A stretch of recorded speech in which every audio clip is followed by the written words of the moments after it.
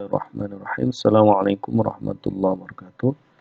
Pada kesempatan kali ini kita akan coba membahas mengenai lanjutan dari pemodelan sistem informasi perpustakaan dengan pendekatan data flow diagram.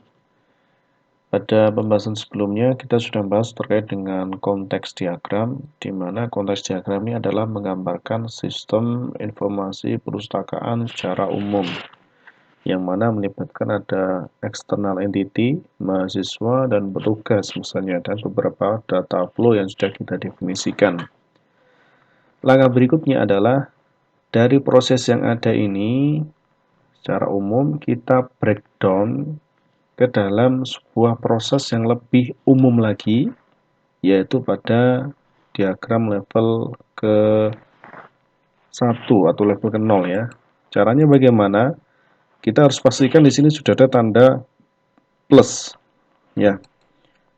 Nah, kalau belum dipilih ada pilihan decompose ya, diklik kanan decompose nanti akan muncul tanda plus. Silakan buka pada tutorial yang sebelumnya. Nah, berikutnya dari sini kita klik pada proses, kita pilih open diagram. Ya, kita pilih open diagram. Dari sini kita bisa mendefinisikan proses apa saja yang dapat kita buat sesuai dengan sistem yang kita desain.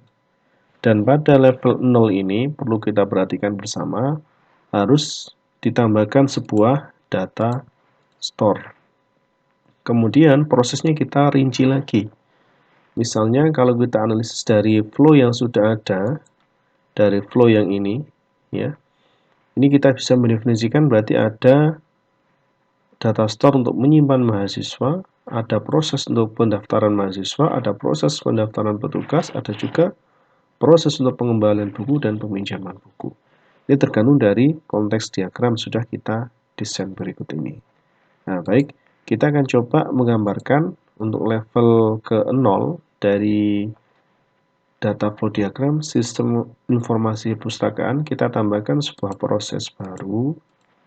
Misalnya kita buat ada 4, ya harus 4 ya, bebas, disesuaikan sendiri sesuai dengan kebutuhan. Misalnya di sini kita definisikan ada proses pendaftaran. Kemudian ada lagi proses untuk hak akses. Kemudian ada proses untuk peminjaman buku. Peminjaman buku. Kemudian ada lagi proses untuk pengembalian. Ya, pengembalian. Nah, kemudian dari proses ini kita sesuaikan dengan kebutuhan. Yang jelas perlu kita definisikan itu adalah ada penambahan data store ya, penambahan data store. Data store ini adalah tujuannya untuk menyimpan data yang ada pada sebuah sistem.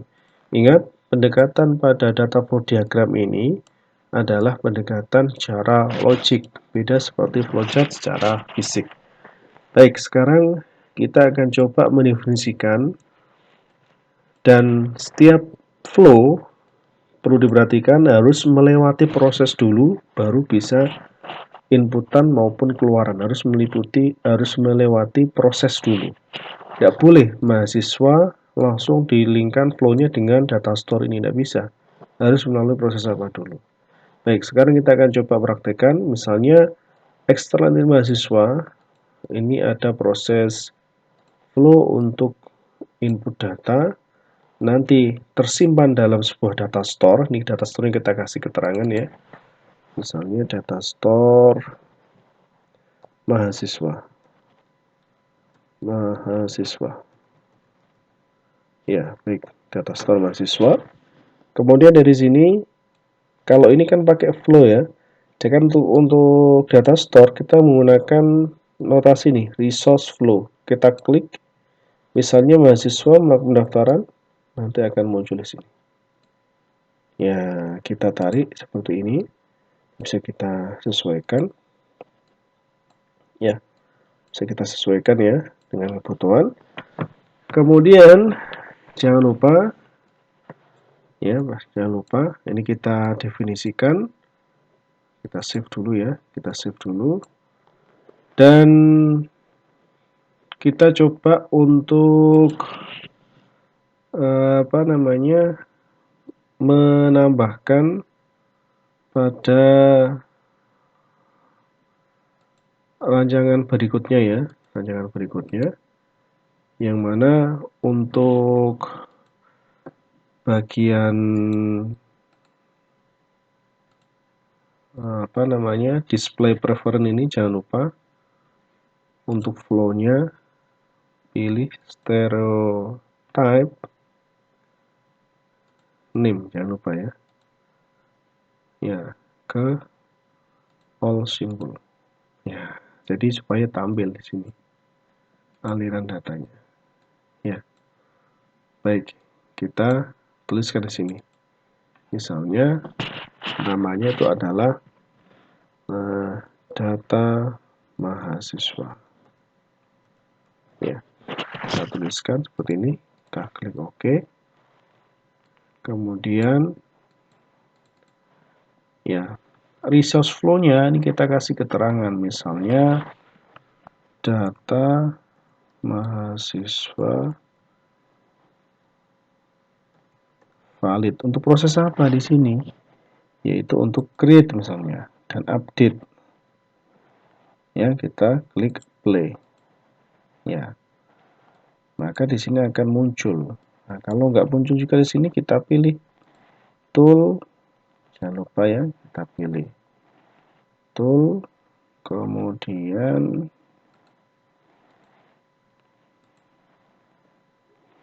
ada pilihan display preference ya, ada display preference.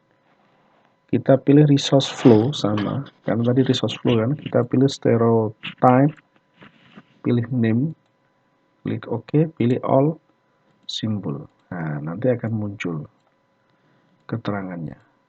Ya, jadi seperti jadi data mahasiswa masuk diproses pada pendaftaran, nanti akan outputnya data mahasiswa valid tersimpan dalam sebuah data store mahasiswa. Kemudian dari sini ya, setelah kita definisikan, kita tata yang bagus. Nah, ini misalnya dari data store ini, tadi kan kalau kita lihat, ini kan proses untuk create, read, update, delete pakai CRUD ya. Create itu maksudnya mendefinisikan data baru atau mengupdate data baru. Nah, sekarang untuk berikutnya, misalnya ada flow lagi dari proses ini, resource flow-nya. Misalnya langsung masuk ke bagian akses. Ya, seperti ini ya. Ini kita tentukan. Ya. Ya, jadi seperti ini kita tentukan dulu. Ya. Misalnya kita kasih hak akses. Jadi setelah data mahasiswa masuk ke tabel data store mahasiswa, berikutnya itu adalah dari data store mahasiswa ini kita kasih keterangan, misalnya data akses mahasiswa. Nah, penamaannya silakan disesuaikan. Yang penting kita paham alurnya.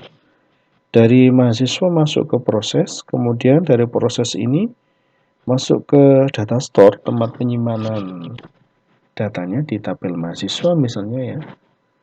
Pada suatu database ini namanya, yaitu kita kasih keterangan data mahasiswa valid. Jadi yang tersimpan ini hanya data valid saja.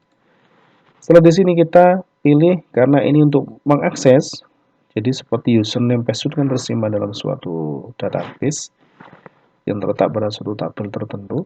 Maka ini kita ambil misalnya data akses mahasiswa. Setelah akses mahasiswa ini, dia ngapain? Misalnya dia melakukan proses peminjaman, misalkan. Nah, ada proses peminjaman. Nah, proses peminjaman, maka atau juga misalnya proses pengembalian. Ya, ini bisa kita tambahkan flow ya, flow dari akses ke peminjaman atau ke pengembalian. Nah, kita tarik dulu flow-nya. Ya, kita kasih terangan, misalnya,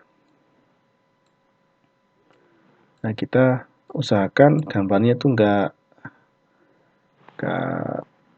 tertimpa ya, supaya nanti bisa terbaca. Misalnya ini adalah data peminjaman. Ya, misalnya ini juga kita kasih keterangan data pengembalian. Ya. Kemudian misalnya ada penyimpanan di sini. Nah, di sini ada misalnya ada sendiri data store-nya, ya kita tambahkan lagi. Misalnya ini untuk peminjaman.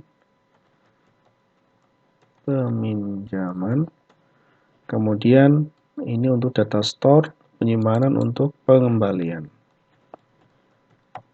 Nah, misalnya kita buat desain seperti ini. Nah, ini misalnya ini masuk ke sistem. Ya, dari peminjaman ini masuk ke flow berikutnya. Nah, oke. Kemudian kita kasih terangan misalnya data pinjam valid misalnya. Nah, kita kasih terangan data peminjaman valid masuk ke data store peminjaman. Kemudian untuk pengembalian misalnya, pengembalian kita kasih keterangan data kembali valid misalnya. Ya, kita kasih keterangan seperti ini. Berarti maksudnya adalah ada proses pengembalian dari hak akses ini, maka akan tersimpan dalam suatu pengembalian. Nah, kemudian petugas ini, ya misalnya petugas ini melakukan verifikasi, maka ya kita lakukan peminjaman, proses berikutnya dari petugas ke peminjaman. Nah, kita tambahkan ini. Kemudian misalnya petugas dapat output. Nah, jadi kita tentukan dulu ya. Misalnya ini adalah validasi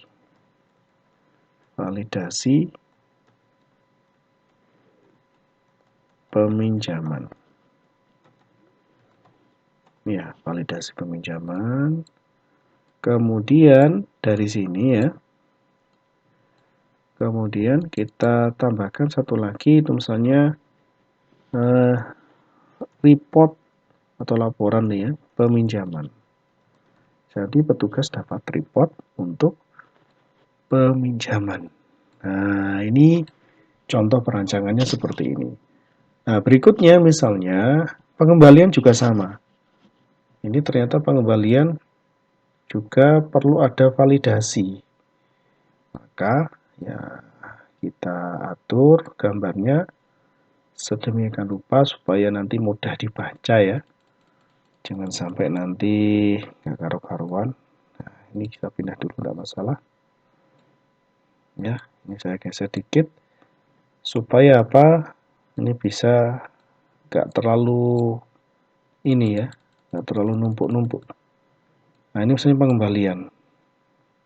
Nah, pengembalian ini prosesnya ternyata dari petugas flow-nya. Nah, dari sini misalnya ya, petugas ke pengembalian.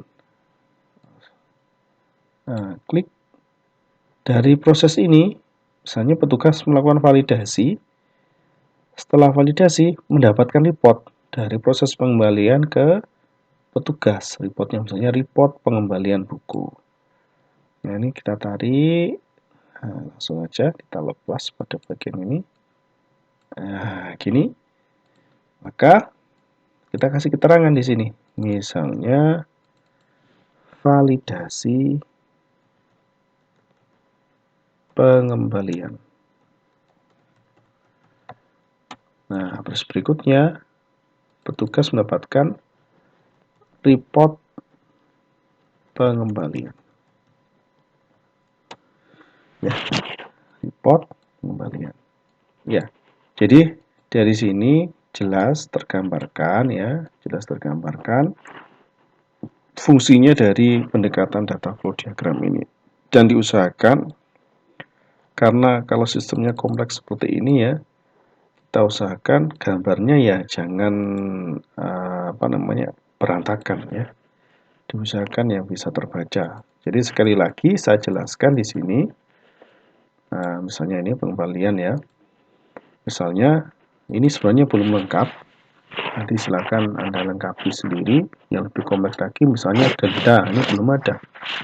Yang jelas untuk sistem perpustakaan itu ada denda. Terus di sini ada pengecekan lagi misalnya untuk buku yang rusak nanti bagaimana.